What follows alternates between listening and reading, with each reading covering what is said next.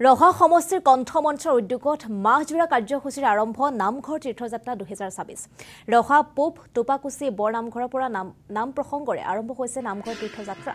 কাৰ্যসূচীৰ শুভাৰম্ভ কৰিছে নগাঁও জিলা আয়ুক্ত দেৱাশিষ শৰ্মাই এই শুভাৰম্ভণি অনুষ্ঠানতে কেইবাগৰাকী শিল্পীক সম্বৰ্ধনা জনোৱা হয় নামঘৰ দবাবাদক নাগাৰাবাদককে ধৰি প্ৰতিজন শিল্পীক সন্মান প্ৰদান কৰা হ'ব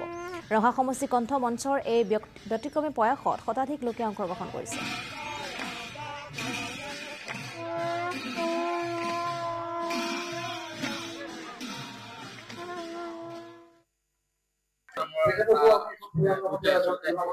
নামঘৰ তীৰ্থযাত্ৰা বুলি এক কাৰ্যসূচী শুভাৰম্ভণি কৰিছে আজি শুভাৰম্ভণি অনুষ্ঠান আপুনি উপস্থিত হৈছে কি হ'ব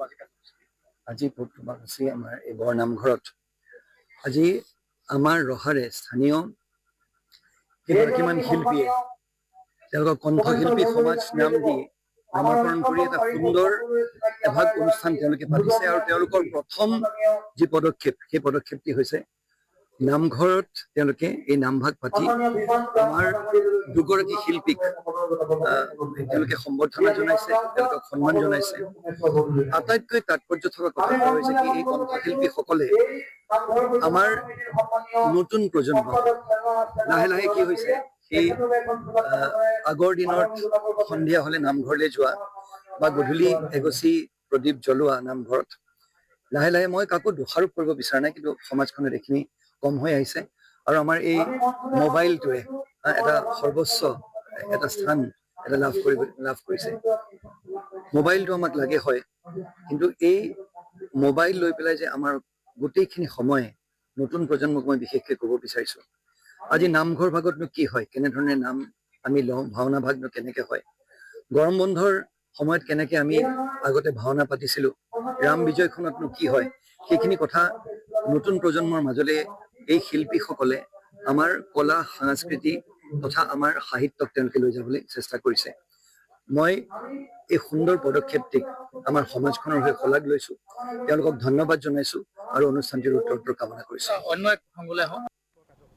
নমস্কাৰ পবিত্ৰ ভাদ মাহৰ সকলোকে আধ্যাত্মিক শুভেচ্ছা জ্ঞাপন কৰিলোঁ আৰু আপোনালোকক জনাবলৈ পাই আমি অতি আনন্দিত আজি দুমাহৰ আগতে আমাৰ এটা অনুষ্ঠান আৰম্ভ হৈছিলে ৰহা সমষ্টিৰ সকলো শিল্পী লগ লাগি আমি ৰহা সমষ্টি কণ্ঠমঞ্চ নামেৰে এখন মঞ্চ গঠন কৰিছিলোঁ আৰু আজি পবিত্ৰ ভাদ মাহৰ উপলক্ষে আজিৰ পৰা আমি নতুন প্ৰজন্মক আকৰ্ষণ কৰাৰ কাৰণে নামঘৰ সংস্কৃতিৰ প্ৰতি আকৰ্ষণ কৰাৰ কাৰণে আৰু যিসকলে নামঘৰ সংস্কৃতিৰ লগত জড়িত হৈ সমাজৰ সেৱা আগবঢ়াই থাকে তেখেতসকলক আমি শ্ৰদ্ধা জনোৱাৰ কাৰণে আমি এই নামঘৰ তীৰ্থযাত্ৰা ভাগ আজিৰ পৰা আৰম্ভ কৰিছোঁ আৰু এই নামঘৰ তীৰ্থযাত্ৰা ভাগৰ জৰিয়তে আমি ৰহা সমষ্টিৰ বিভিন্ন প্ৰান্তৰ বিভিন্ন নামঘৰে গৈ ৰাইজক সেৱা কৰাৰ লগতে ৰাইজক সচেতনতা কৰাৰ উপৰিও নৱপ্ৰজন্ম যাতে নামঘৰ সংস্কৃতিৰ প্ৰতি অতি আকৰ্ষিত হয় তাৰ বাবে আমি এই কাৰ্যপন্থা ব্যৱস্থা কৰিলোঁ আৰু ইয়াৰ লগে লগে আজি আমি ৰহা নগৰ সমিতিৰ অন্তৰ্গত যিসকল নামঘৰ আছে সেই নামঘৰসকলকে যোৱাৰ পৰিকল্পনা কৰিছোঁ আৰু আমি আজি এই অনুষ্ঠানটোৰ জৰিয়তে আপোনালোকক জনাবলৈ পাই অতি আনন্দিত হৈছোঁ যে যোৱা 9 জুনত আমাৰ ৰহা সমষ্টিৰে এগৰাকী অন্যতম শিল্পী দিলীপ হীৰা বাঁহীবাদক তেখেতে ভাৰত চৰকাৰৰ সংগীত নাটক একাডেমীৰ পৰা উস্তাদ বিছমিল্লাহ খাঁ যুৱ বঁটা পাবলৈকে সক্ষম হৈছিলে তেখেতকো আজি আমি সমষ্টি গৌৰৱ সন্মান হিচাপে আমি এটা মেণ্টৰ দিলোঁ আৰু এখন গামোচা দিলোঁ আৰু তেখেতসকলৰ আমাৰ সহযোগিতা আৰু উত্তৰ কামনা কৰি আগন্তুক দিনত আমাৰ লগত সহযোগিতাৰ কাৰণে আহ্বান জনালোঁ আৰু আমি আহ্বান জনালোঁ আমাৰ আন এগৰাকী সন্মানীয় শিল্পী তুষ্টিমনা নাথ তেখেতেও আজি কেইদিনমানৰ আগতে সত্ৰীয়া নৃত্যৰ জৰিয়তে প্ৰায় 24 ঘণ্টা নৃত্য পৰিৱেশন কৰি গিনিজ বুক ৱৰ্ল্ড ৰেকৰ্ড কৰিবলৈ তেখেত সক্ষম হৈছিলে তেখেতকো আজি আমি সমষ্টিৰ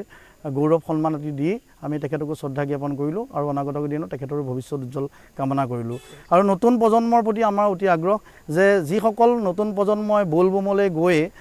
বোলবমৰ আধ্যাত্মিকভাৱে বোলবমলৈ গৈছে তেখেতসকলো যাতে নামঘৰলৈকে আহে যিসকল নতুন প্ৰজন্মই বোলবমত ডিজে লগাই বিভিন্ন চাউণ্ড লগাই একদম পূৰা ধুনীয়াকৈ এটা গৈছে কিন্তু তাৰ বিপৰীতে যাতে তেখেতসকলে বোলবমলৈ যোৱাত আমাৰ আপত্তিও নাই কিন্তু সেই একেসকল যুৱ প্ৰজন্মই যাতে আমাৰ নামঘৰলৈ আহি বায়ন গায়ন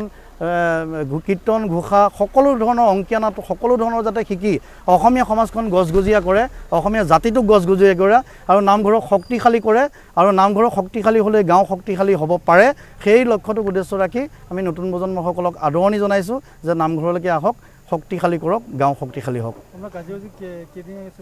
আমাৰ কাৰ্যসূচী গৈ থাকিম আমি প্ৰায় 7 দিনৰ কাৰ্যসূচী লৈছোঁ, কিন্তু ভগৱানে কিমান কৰে আমি এতিয়াই ক'ব নোৱাৰিম আৰু হয়তো বাঢ়িব পাৰে হয়তো কমিব পাৰে। আমি ৰহা সমষ্টিত এতিয়া এখন নগৰ সমিতি আছে আৰু 27টা পঞ্চায়ত আছে। আমি 27টা পঞ্চায়ত আৰু নগৰ সমিতিকে চোৱাৰ হেঁপাহ কৰিছোঁ, সকলোলৈকে যোৱাৰ, আৰু তাৰ বাবে আমাৰ কিছুমান সমন্বয়ক প্ৰত্যেক পঞ্চায়তে আছে। আৰু যিসকল সমন্বয়কে বৰ্তমানলৈকে বৰ বিশেষ যোগাযোগত আমাৰ লগত কৰি ৰাখিব পৰা নাই, হয়তো তেনেকুৱা সমন্বয়কৰ এলেকাবিলাকত অকণমান আমি এৰিব লাগিব। আৰু সময়ৰ ওপৰতো লক্ষ্য কৰিব লাগিব যে আমি এটা সিদ্ধান্ত কৰিছিলোঁ, যদিও 7 দিন আমি কাৰ্যক্ৰমটো লৈছোঁ, কিন্তু 7 দিনতো আমি শেষ কৰিব নোৱাৰোঁ, হয়তো কিছু জেগা আমি এৰিব লাগিব। এইটো আমাৰ প্ৰথম পদক্ষেপ। আমি পিছৰ পৰ্যায়ত এই পদক্ষেপটো আগুৱাই লৈ যাম। এই প্ৰথম পদক্ষেপত হয়তো ক'ৰবাত ভুল হ'বও পাৰে, ক'ৰবাত থাকি যাবও পাৰে, গতিকে আমি সকলোৰে পৰা ভুলৰ মাৰ্জনা আগতীয়াকৈ আপোনালোকৰ পৰা বিচাৰিছোঁ।